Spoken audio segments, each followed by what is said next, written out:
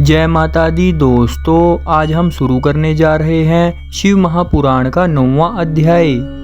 दोस्तों, हमने पिछले अध्याय में सुना था कि घोर कलयुग में मनुष्य कौन कौन से पाप कर्म करता है, और इस अध्याय में अब आप लोग सुनोगे कि उन पाप कर्मों से छुटकारा किस प्रकार मिल सकता है। यह बात सुनकर सूत जी मन ही मन भगवान शिव का स्मरण करके उनसे इस प्रकार बोले, साधु महात्माओं, आपने बहुत अच्छी बात पूछी है। आपका यह प्रश्न तीनों लोगों का हित करने वाला है। मैं गुरुदेव व्यास का स्मरण करके आप लोगों के स्नेहवश इस विषय का वर्णन करूंगा। आप आदर पूर्वक सुने। सबसे उत्तम जो शिव पुराण है वह वेदांत का सार सर्वस्व है तथा वक्ता और श्रोता का समस्त पाप राशियों से उद्धार करने वाला है। इतना ही नहीं, वह परलोक में भी परामर्श वस्तुओं को देने वाला है। कली की कलमश राशि का विनाश करने वाला है। उसमें भगवान शिव के उत्तम यश का वर्णन है। ब्राह्मणों, धर्म, अर्थ, काम और मोक्ष, इन चारों पुरुषार्थों को देने वाला यह पुराण सदा ही अपने प्रभाव की दृष्टि से वृद्धि या विस्तार को प्राप्त हो रहा है। विप्रवरो, उस सर्वोत्तम शिव पुराण के अध्ययन मात्र से वे कलयुग के पाप में आसक्त जीव श्रेष्ठतम गति को प्राप्त हो जाएंगे। कलयुग के महान उत्पाद तभी तक जगत में निर्भय होकर विचरेंगे जब तक यहाँ शिव पुराण का उदय नहीं होगा। इसे वेद के तुल्य माना गया है।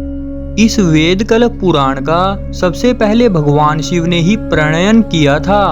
विधेश्वर संहिता, रुद्र संहिता, विनायक संहिता, उमा संहिता, मातृ संहिता, एकादश रुद्र संहिता, कैलाश संहिता, सतरुद्र संहिता, कोटि रुद्र संहिता, सहस्त्र कोटि रुद्र संहिता, वायवीय संहिता तथा धर्म संहिता, इस प्रकार इस पुराण के 12 भेद या खंड हैं। ये 12 संहिताएं अत्यंत पुण्यमयी मानी गई हैं। ब्राह्मणों, अब मैं उनके श्लोकों की संख्या बता रहा हूँ। आप लोग यह सब आदर पूर्वक सुने।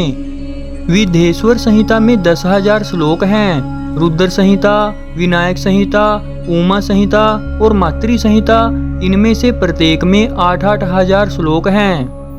ब्राह्मणों, एकादश रुद्र संहिता में 13,000, कैलाश संहिता में 6,000, सतरुद्र संहिता में 3,000, कोटि रुद्र संहिता में 9,000, सहस्त्र कोटि रुद्र संहिता में 11,000, वायवीय संहिता में 4,000 तथा धर्म संहिता में 12,000 श्लोक हैं। इस प्रकार मूल शिव पुराण की श्लोकों की संख्या 1,00,000 है, परंतु व्यास जी ने उसे 24,000 श्लोकों में ही संक्षिप्त कर दिया।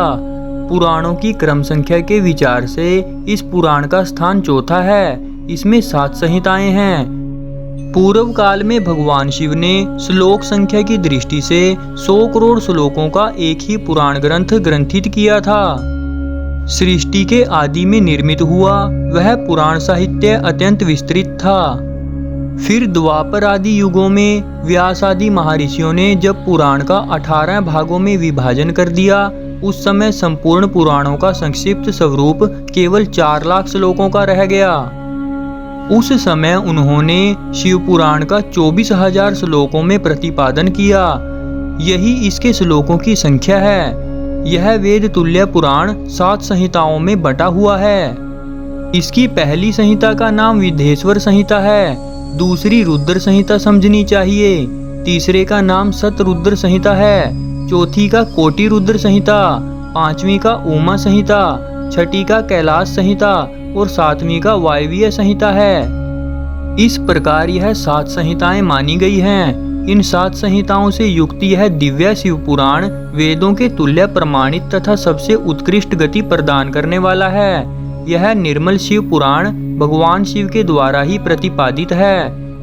इसे शैव शिरोमणि भगवान व्यास ने संक्षेप में संकलित किया है। यह समस्त जीव समुदाय के लिए उपकारक त्रिविधिक तापों का नाश करने वाला है, तुलना रहित एवं सत्पुरुषों को कल्याण प्रदान करने वाला है।